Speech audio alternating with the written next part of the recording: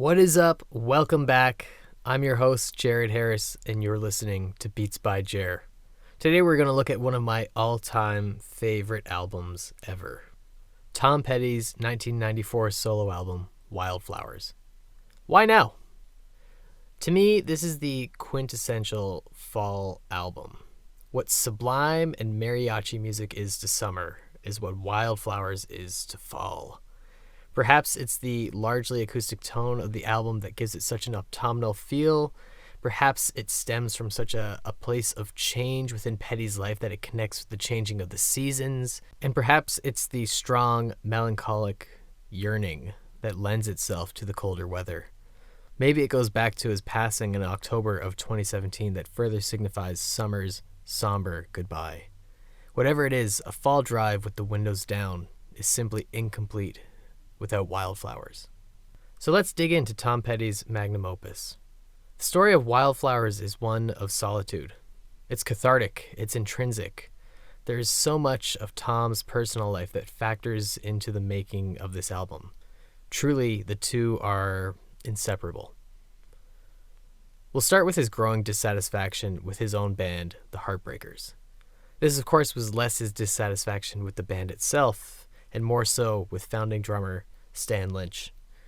Writing and recording with Lynch had become a growing sore spot, and tensions leading up to this point. Throughout the 80s, the tensions seemed to grow with each new project.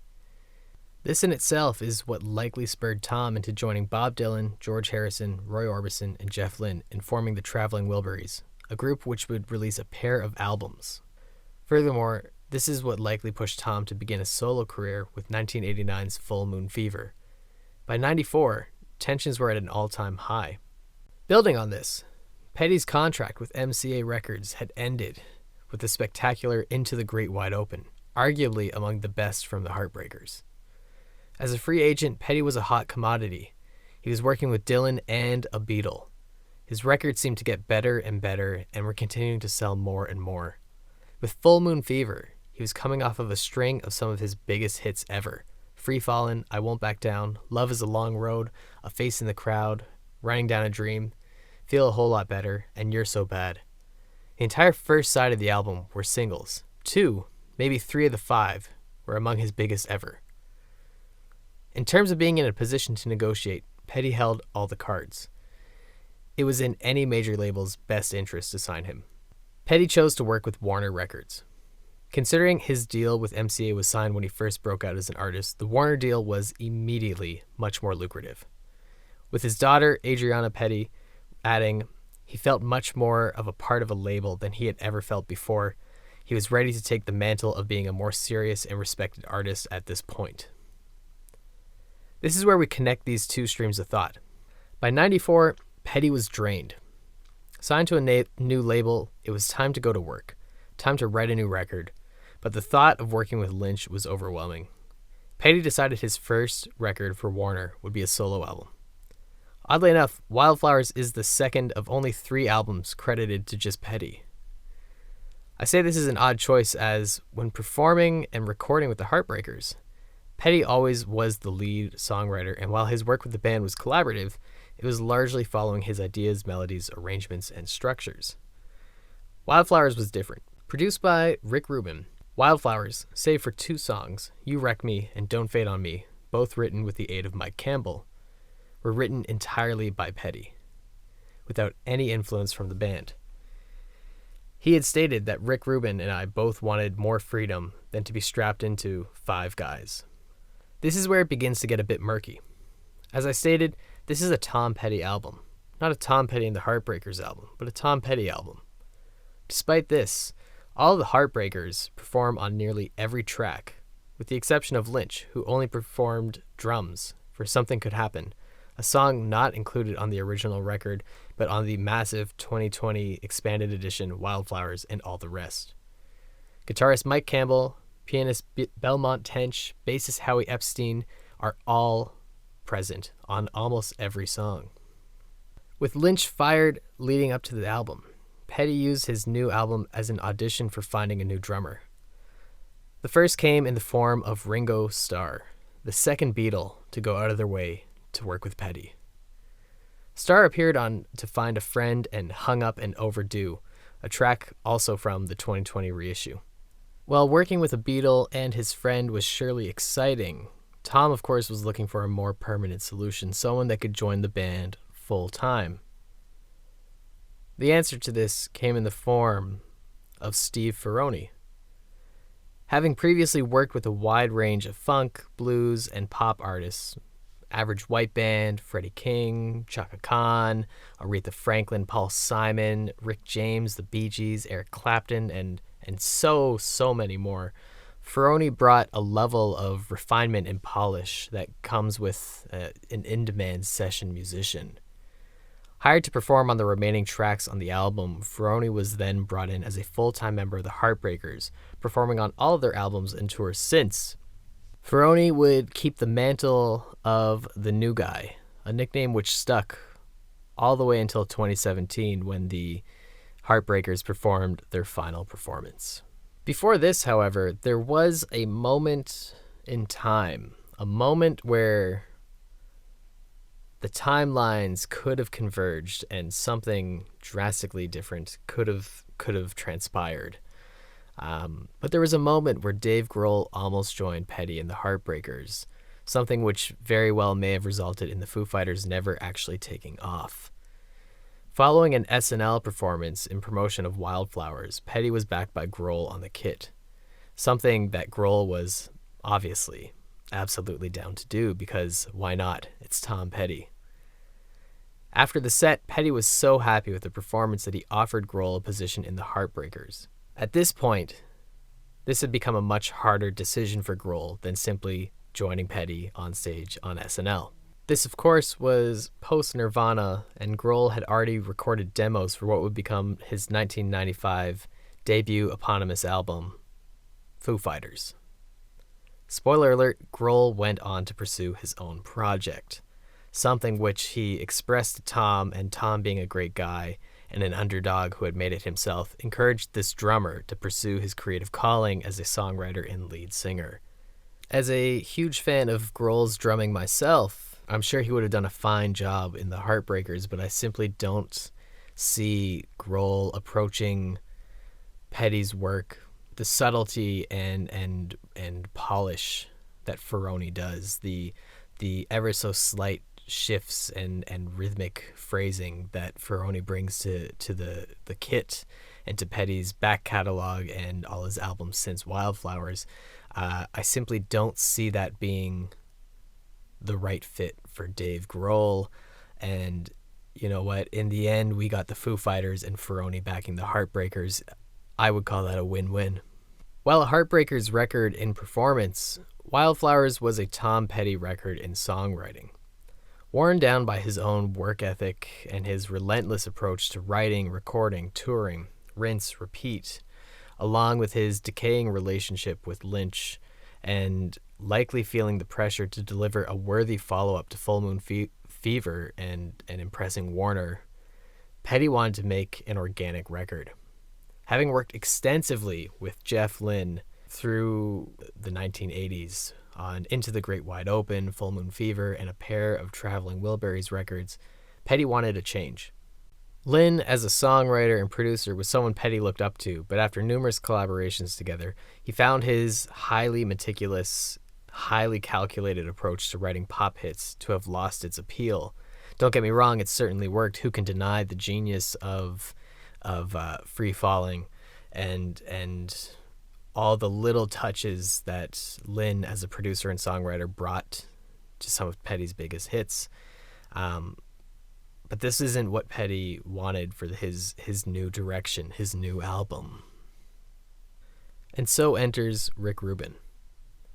Tom and Rick had met at first by chance and then later had meetings set up by Warner to facilitate a collaboration. Rubin was obsessed with Full Moon Fever and really wanted to work with Petty. And strangely, Petty was very curious as to what their record could become. The two had bonded over their mutual love for Bob Dylan, and they just hit it off right away. What makes this most interesting is when we consider the context of 1994 to Rubin's career. At this point, his biggest production credits are the Beastie Boys, LL Cool J, Public Enemy, Slayer, and the Red Hot Chili Peppers. Not exactly someone you'd assume to be the frontrunner for producing Tom Petty's greatest artistic statement. Campbell reflects that Rubin's approach to the album was very laid back and focused on structure more than anything else, as he would often come in with suggestions for where to add a bridge, a chorus, shifts to the arrangement, but also it was centered around creating a live feel that set the tone for the album. That tone was one largely of emotional longing. Warren Zanes demonstrated this in his book Petty, the Biography. Now, normally I'm fairly skeptical of biographies, as they can often feel like reading a Wikipedia page with little critical information or primary evidence of any sort. This book is one of the greatest exceptions to that.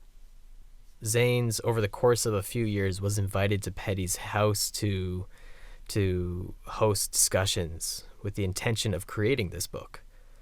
Tom himself wasn't very interested in writing a memoir, but he appreciated Zane's interest in the subject and his approach to uncovering the story of Tom's life, often looking at it in ways that Petty himself hadn't realized.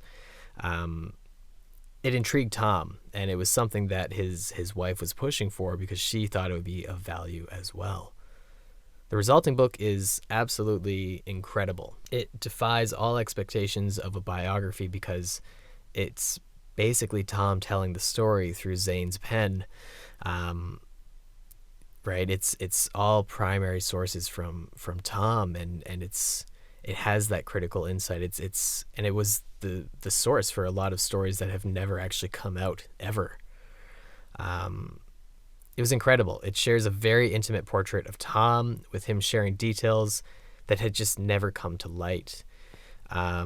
Central to this was Zane's examination as Tom as a person, as an introvert who pursued what he loved and did his best to shun the associated rock star life and attention. A man of integrity and introspection, someone who was even so private to the closest surrounding him. Zanes and Tom recount the Wildflowers era as one of depression. Not only was he tired from the years leading up to this point, but he was in the midst of going through a divorce with his wife, Jane, who he had been married to since 1974. As a means of coping with the major changes in his surrounding world and the overwhelming swell of his own emotions, Tom had quietly turned to heroin during this point. This is one of the details Tom had revealed to the world through Zanes, one which allows us to better understand the immense sadness and the range of emotions that runs parallel to Wildflowers. So let's look at the actual music from this album. Clocking in at just over an hour, the 3-time platinum record collects 15 of the 25 songs recorded during these sessions. How many more were written, I don't know, but 25 were fully recorded. More on that in a bit. This is a very earthy, a very organic record compared to much of Petty's 80s output, which made experimental use of synths and at sometimes even horns. Wildflowers was built upon an acoustic foundation that was then elaborated upon by his band. With the exception of a small handful of songs, You Wreck Me, Honeybee, Cabin Down Below, there really aren't many riffs or up-tempo tracks on this record. While Petty isn't necessarily known as a big riff guy, his biggest hits tend to follow the shape of songwriting pioneered by the Beatles and Dylan. The minimal riffs is certainly a defining factor to this album.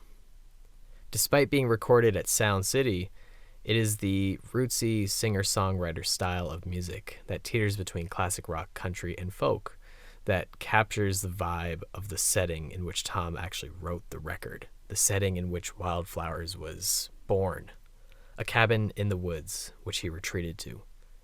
Such solitude was only broken for Rubin and occasionally members of the Heartbreakers and, much later into the sessions, Dana York, who Tom would go on to marry in 2001.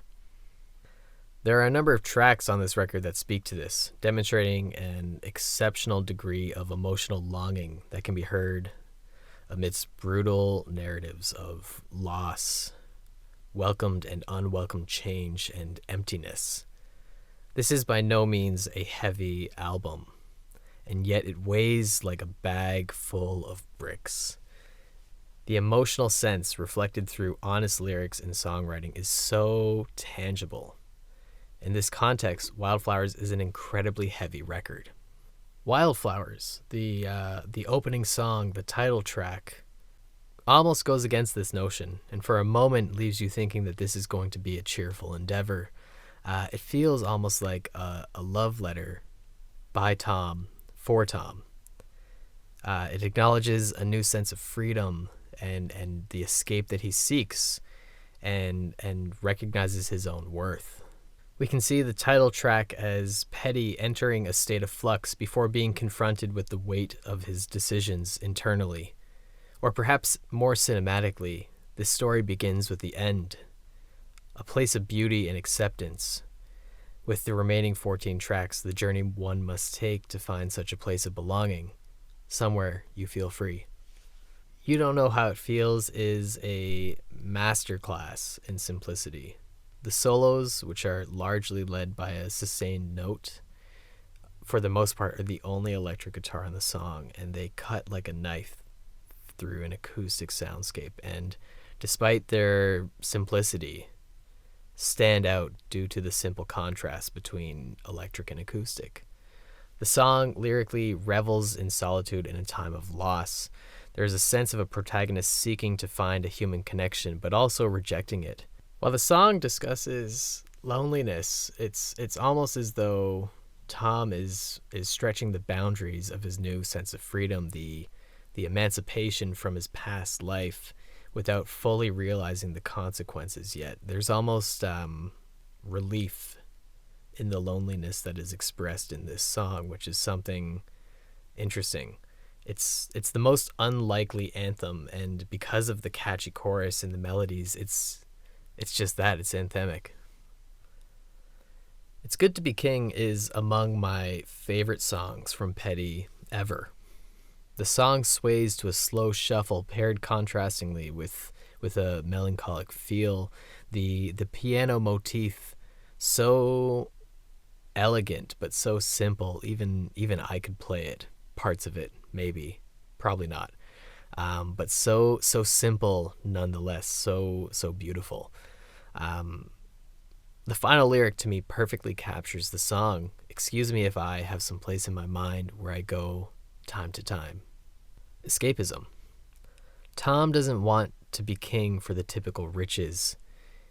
He thinks it'll be good after all, whatever it pays.